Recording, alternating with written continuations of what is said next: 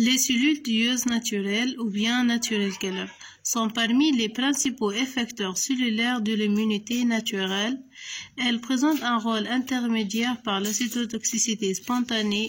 Les cellules tueuses naturelles, qui sont les natural killers, sont parmi les principaux effecteurs cellulaires de l'immunité naturelle. Leur rôle principal est la cytotoxicité spontanée, naturelle et non spécifique de l'agent pathogène.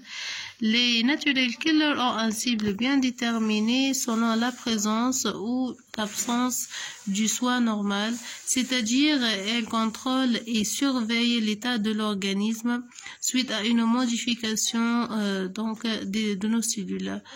Donc, ils vont lutter contre les cellules autologues, telles que les cellules cancéreuses ou infectées par un pathogène intracytosolique, c'est-à-dire par un virus ou autre, et même les cellules normales et matures comme les cellules souches hématopoïétiques.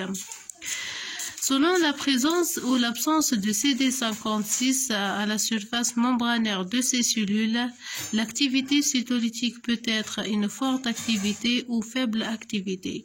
Généralement, les natural killers qui ne présentent pas le CD56, donc sont CD56- CD16+, ont une puissante activité cytolytique par l'intermédiaire des perforines et des coenzymes.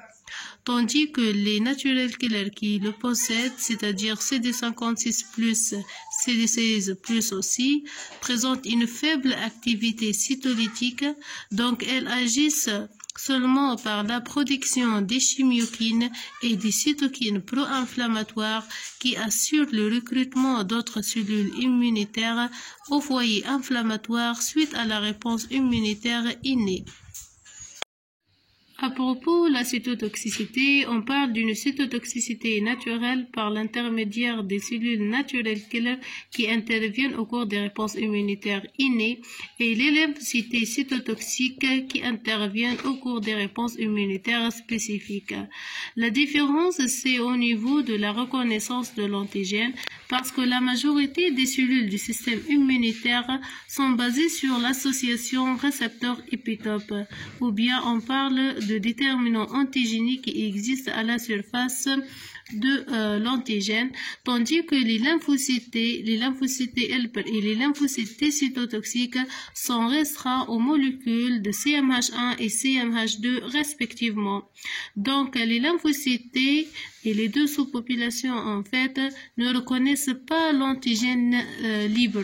En fait, elles reconnaissent l'antigène seulement en association au CMH1 pour les lymphocytes T et CMH2 pour les lymphocytes helper.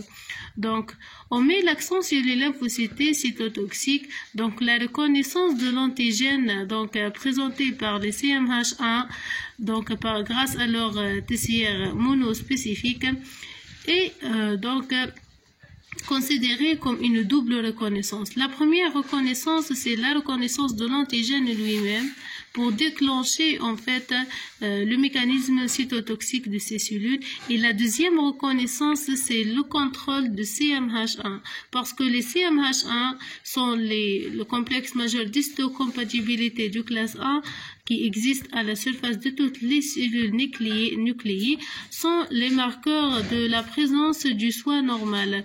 Donc, il s'agit d'une double reconnaissance antigène-récepteur et la présence ou l'absence du soi normal. C'est un type de contrôle, en fait, pour les lymphocytes cytotoxiques. Ici, les lymphocytes cytotoxiques contrôlent la qualité du CMH1 qui présente l'antigène à cette cellule. Donc, il s'agit d'un contrôle qualitatif. Mais comme les natural killers ne sont pas restreints aux molécules de CMH1 pour la reconnaissance de l'antigène, elles vont contrôler l'absence du soi par la diminution du nombre des cellules normales, par la diminution du nombre de CMH1.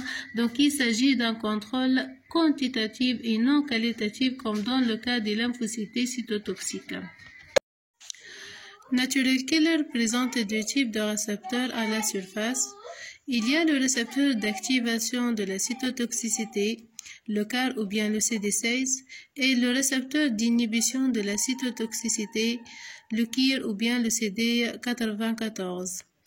Selon le type de la cellule, normale ou bien altérée, l'un des deux récepteurs va être activé chaque fois. Donc, une cellule normale, c'est-à-dire elle présente une forte expression donc, de CMH1, appelé aussi le HLA1 pour l'être humain. Dans ce cas, le récepteur d'inhibition de la cytotoxicité est activé, tandis que le récepteur d'activation de la cytotoxicité est inhibé, d'où on parle de la signal d'inhibition. Donc, il y a inhibition de la cytotoxicité par natural killer. Au contraire, lorsque la cellule est tumorale ou infectée, donc il existe une diminution de la densité d'expression de HLA1. Dans ce cas, le récepteur d'activation de la cytotoxicité, le CAR, est activé. Le KIR est inhibé. Donc, puisque le CAR est activé, donc le signal d'activation cytotoxique est présent, ce qui va donc activer la cytotoxicité naturelle médiée par natural killer. Donc, dans le cas où la cellule présente le CD56, comme dans notre cas, donc elle va produire les molécules cytotoxiques comme les granzymes et les perforines. Tandis que lorsque la cellule est dépourvue donc, de CD56, donc elle va produire seulement les cytokines pro-inflammatoires et les chimiokines. Je termine la leçon d'aujourd'hui à propos de la cytotoxicité naturelle médiée par natural killer par ce résumé. Alors, le récepteur qui nous intéresse, c'est le récepteur d'activation de la cytotoxicité, appelé aussi le CD16, qui existe à la surface de toutes les natural killers. Donc, ce récepteur, soit il est inhibé, soit il est activé. Donc, l'inhibition se fait grâce à la présence d'une cellule normale, c'est-à-dire exprime fortement donc des CMH1. Donc, il s'agit de soit normal et présent. Donc, dans ce cas, natural killer n'est pas activé et n'existe pas l'effet cytotoxique. Au contraire, une cellule qui exprime faiblement les CMH1, donc il s'agit d'une cellule tumorale ou bien infectée, signe du soit anormal, absent ou modifié. Dans ce cas, en fait, le récepteur d'activation de la cytotoxicité est activé. Donc, ce qui va activer les natural killers qui va produire en fait les cytokines et les chimiokines si elle est CD56 mois.